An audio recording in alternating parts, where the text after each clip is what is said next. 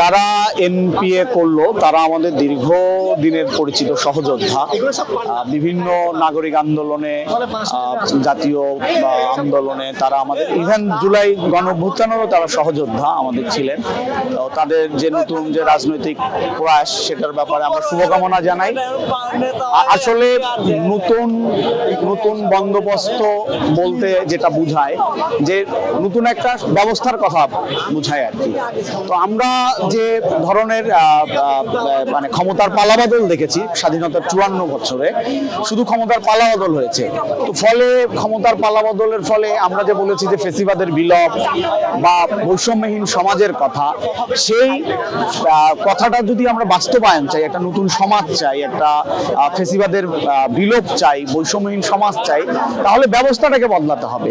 এখন যারা নতুন বন্দোবস্তের কথা বলবে, তারা যদি এই ব্যবস্থাটাকে রেখেই নতুন বন্দোবস্তের কথা বলে, তাহলে সেটা নতুন বন্দোবস্ত হবে না।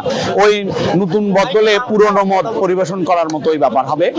ফলে নতুন বন্দোবস্ত মানে নতুন একটা সমাজ ব্যবস্থা তৈরি করা। তো ফলে সেই আকাঙ্ক্ষা থেকে যারা এটা করতে চাইবে, তারাই নতুন বন্দোবস্ত তৈরি করতে পারবে।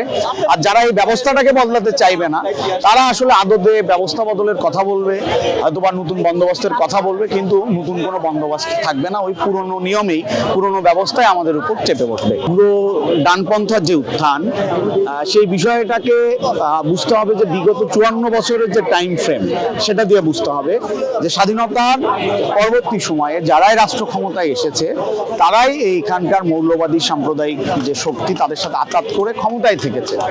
তো ফলে আমাদের উগ্রবাদের যে এখনকার যে আস্ফলন, এটা এই সময়টাতে হ্যাঁ মাত্রাগত দিক থেকে একটু বেশি, কিন্তু এই উগ্রতার চর্চা কিন্তু বিগত সময়ে এই রাষ্ট্রীয় আয়োজনে, রাষ্ট্রের অভ্যন্তরেই রাষ্ট্রীয় পৃষ্ঠপোষকতায় ঘটেছে।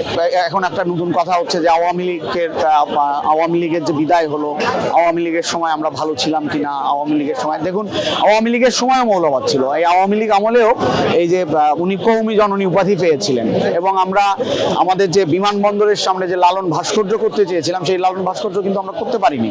তো ফলে এই যে মৌলবাদের যে উত্থান বা মৌলবাদের যে এখানকার যে চর্চা, যে উগ্রপন্থার চর্চা, এটা অনেক পুরনো একটা ফেনোমেনন। এবং সেই স্বাধীনতার পরবর্তী সময় ধরে আওয়ামী লীগ, বিএনপি, জামাত, জাতীয় পার্টি, যে দলগুলোই রাষ্ট্র ক্ষমতায় এসেছে, তারা কিন্তু এটাকে কি করেছে, সহায়তা করেছে। ফলে আমরা মনে করি যে এটা রাষ্ট্রীয় পৃষ্ঠপোষকতায় এটার হচ্ছে উগ্রতাটা বাড়ছে।